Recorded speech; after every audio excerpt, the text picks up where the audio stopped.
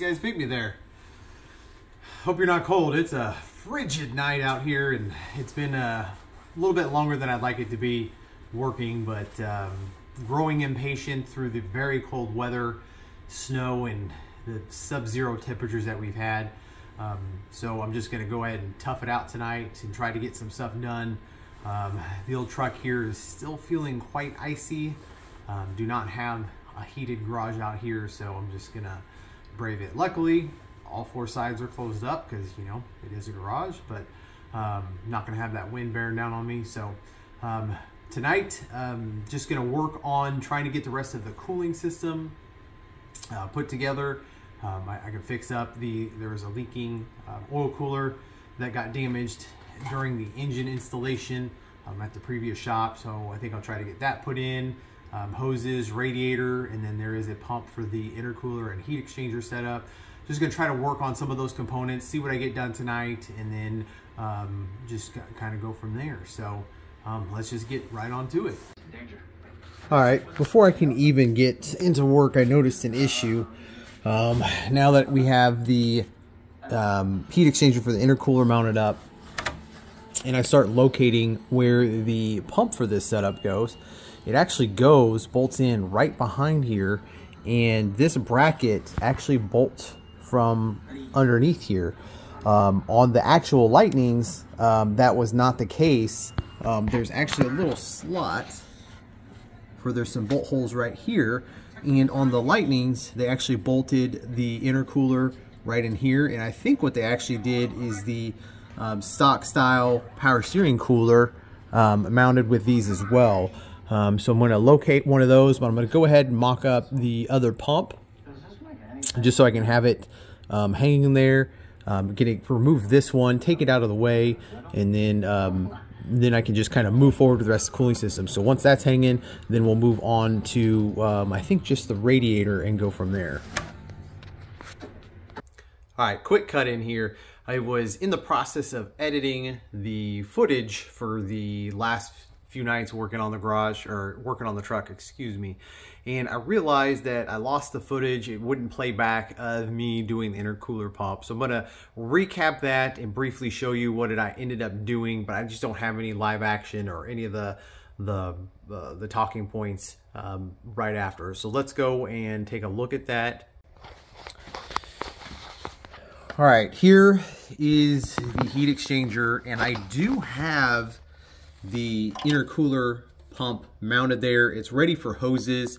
I'm gonna have to fabricate my own hoses to fit this heat exchanger. I'll show you what I'm doing when I go to get on the next video. But anyway, I cut for now the bracket off of the power steering, and it looks like something may, oh no, I had spilled some stuff.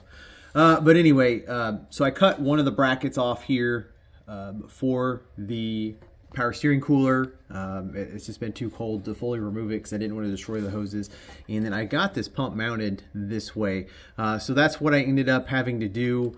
But we're going to eventually replace this with the right one. It's actually just going to mount right on top of this bracket for the pump itself. I just don't need to do it right now, and it's something I can just do later when I'm on a lift after I get a lot of the other stuff going. So instead of spending any money and dealing with it right now, I put that on a very low priority, kind of working out the bugs type of a checklist. So back into the regular video.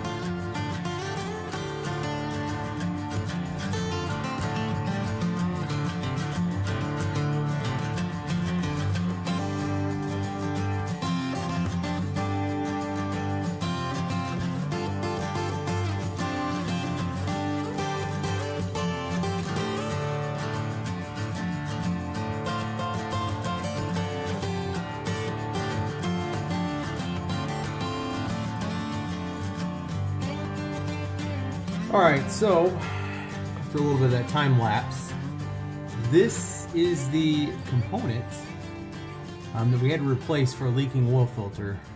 You can see right here, this little dimple. When the previous shop dropped the motor in, they left the oil filter off. I personally, in all the years I've been working on cars, I always leave the oil filter on. And I believe when I was in high school, an older guy, who knows what, always said, hey, whenever you drop that engine in, leave that filter on. This is a critical sealing area. Not to mention, on some of the stuff I was working on, it was machined into the block. So if you were to scratch this up or mar this up, you're going to do some damage. Luckily, this one's a replaceable, easily replaceable piece. But on other engines, if you run it up and it's part of the engine block or something more major, you could really be in a world of hurt. But basically what they did when they were dropping it in or setting it down or however it happened, this got damaged right here in the sealing surface and caused a leak. Once we got her fired up, it was just dripping oil out. It wasn't horrible, but enough to where you couldn't leave it because it was just leaving puddles everywhere. So ordered another one, just finally got that replaced. Everything, it's in the 30s, which seems almost like a heat wave right now because we were at sub-zero temperature. And I tried to come out here when it was around zero, and the concrete floor felt like I was laying on Antarctica. I am not kidding you. Like I could last maybe a minute, and I was like, I can't do this. I tried 3 different times and I just couldn't do it. So here we are almost a week later from me originally trying to come out here in the frigid cold.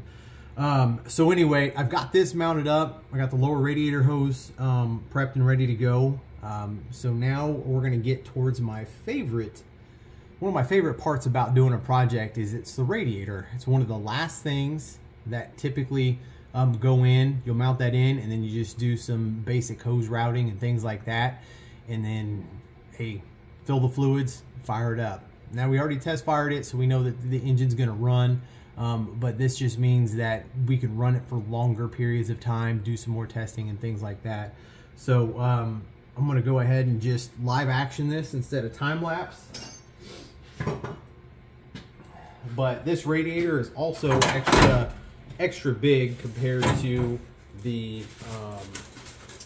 one that was in the stock F-150 with the 4.6. It's like twice as thick.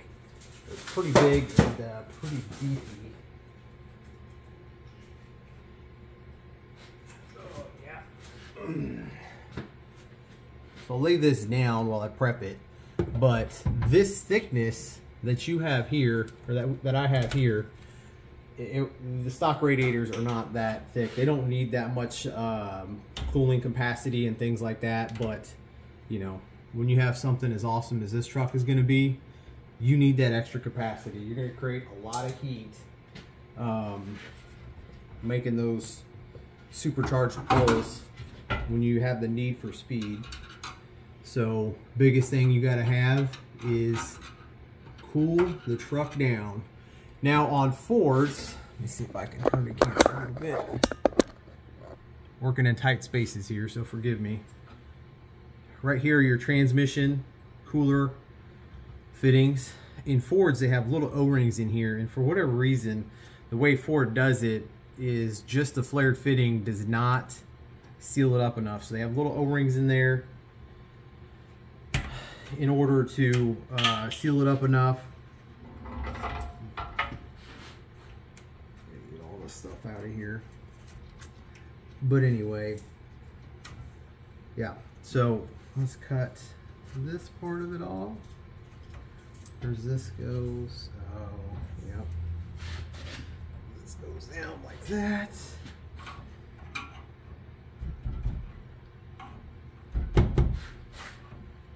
I saw some stuff on the interwebs about aftermarket radiators, so hopefully this one fits up right because the lower hose is a bit different, but it looks like it's got the right stuff there to make it right.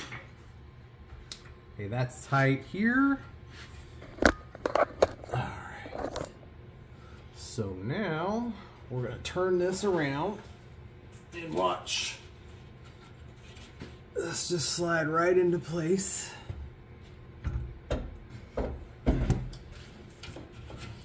One thing you have to do is make sure your wiring and other miscellaneous stuff is out of the way. Not a big deal.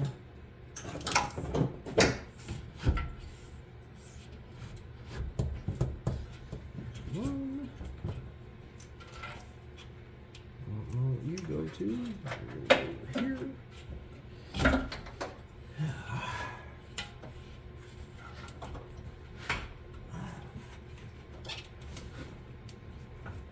by the way, space is starting to become a premium because there's a lot of extra stuff crammed into this platform that Ford did. And it's a little bit on the amazing side that they made everything just barely fit. But that's just how cars are made now anyway. Look at that. All in there flush. I'm going to get a clamp for this radiator hose possibly. And then mount up my cooling hoses and things like that. And then just have miscellaneous like fan and things like that. But whew, she's getting done, everybody. She's getting done.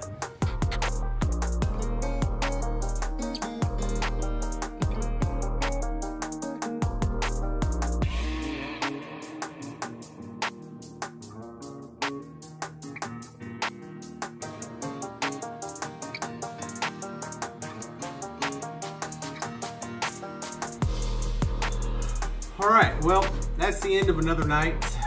We have the radiator in right here, test fitting the fan shroud for the radiator. This is for the 4.6 without a supercharger or any of that stuff. All the supercharger brackets and everything are hitting the fan shroud. I do believe the Lightning fan shroud is much, much thinner. And so my next step here is to try to modify this one at least. On eBay, the used Lightning fan shrouds are going for a pretty expensive amount. I'm talking $350, $400 for it. So what I'm going to do is try to modify that one and see if we can get it to fit in there and work and do that. I'm having a little bit of an issue with the fan clutch, but I do not want to order a fan clutch until I know that I can make the fan shroud work, because if you have to get the clutch part of the fan, we already have a new set of fan blades and then a new fan shroud. It might be a better route to go for a dual electric fan setup. It'll give us more clearance, and then you won't have that parasitic drag of the mechanical fan. So I'll just do some modification to this one right here next time out, or whenever I get some free time, and see where we're at on that. But that's a hold up. I've got low radiator hose on some of the transmission lines. I can't do the top transmission line until I get the fan sorted out, because that's got to go in after the fact. You put the fan shroud in and then go around it. But you know, once this part's in, I just have to put the upper radiator hose in and then route the intercooler hoses, and the cooling system will be completed, which will then just leave the exhaust and lighting before I can drive the truck. So we're really starting to check off the boxes. Winter time has really slowed it up just because of the weather and how cold it is. But really starting to get past these major hurdles, and it's really starting to see the light at the end of the tunnel. So it's that time for me to call it a night. Like, follow, subscribe, do all the YouTube things. I'm out.